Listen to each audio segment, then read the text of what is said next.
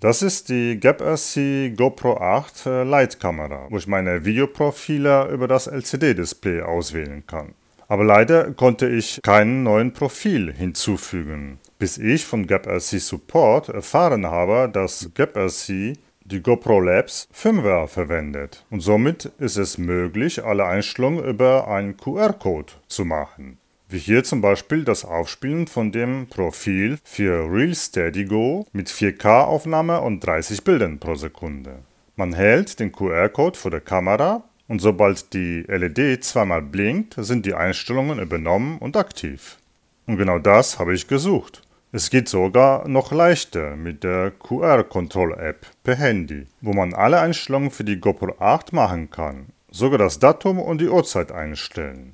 Um die QR-Code-Funktion zu nutzen, braucht man die GoPro Labs Firmware, die man bei GoPro Support Hub im Internet herunterladen kann. Unterstützt wird sogar die GoPro 7 als auch die Hero 5 Session Kamera. Die Firmware wird entpackt und der komplette Ordner Update wird auf die SD-Karte kopiert.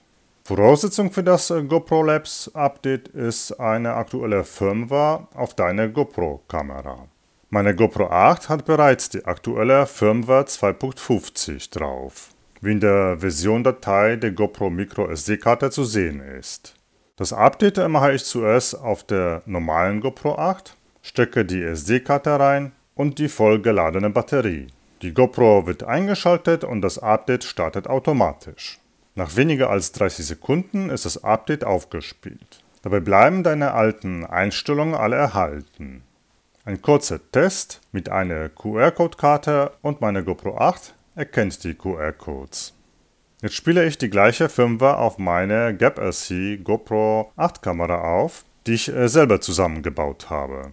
Hier stellt sich heraus, dass man das Update nicht aufspielen kann, weil der Akku fehlt. Also muss ich meine GoPro Lite auseinanderschrauben. Intern 3 Schrauben lösen und das Backboard ausbauen.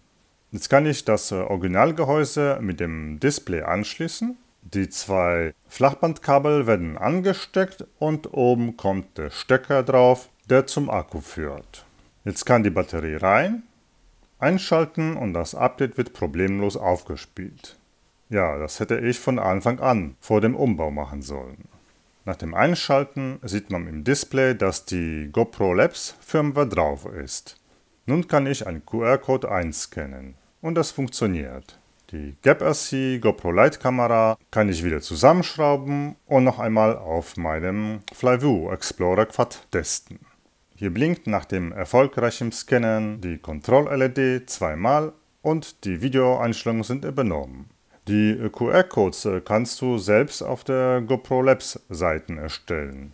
Hier gibt es den QR-Code Customizer, wo du alles einstellen kannst, wie das Kameramode, Videoauflösung, Anzahl der Bilder, Linsenweite, Bildstabilisierung.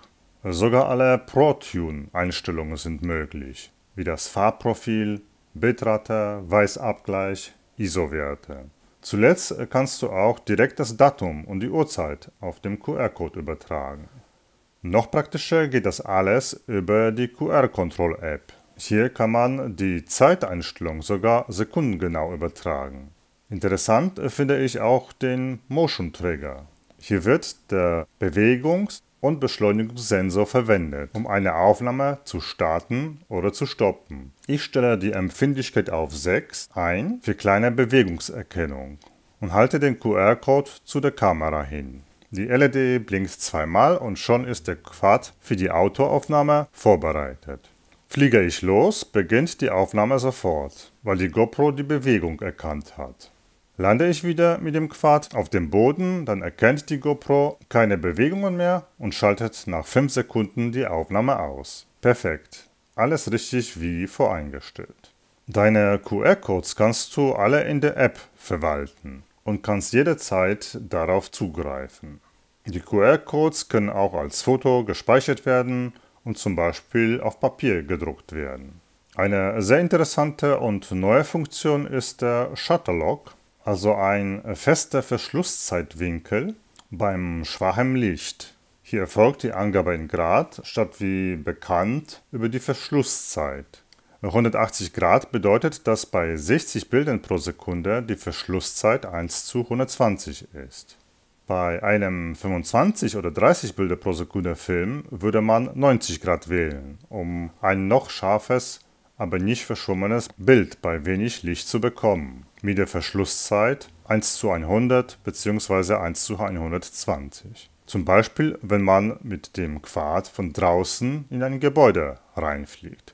Dann möchte man mehr ein scharfes als ein verschwommenes Bild haben. Und das entstandene Rauschen durch ein höheres ISO-Wert ist da nicht so wichtig. Für zukünftige Updates lohnt sich also doch, das GoPro-Gehäuse mit dem Display und der Batterie zu behalten. Interessant ist aber auch der sehr gute GPS-Empfänger aus der GoPro-Kamera. Der GPS-Empfänger kann ausgebaut werden und in jeder Drohne eingebaut. Der ist super schnell und leicht.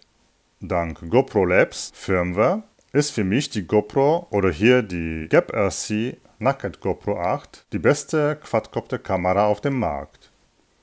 Viel Spaß beim Fliegen!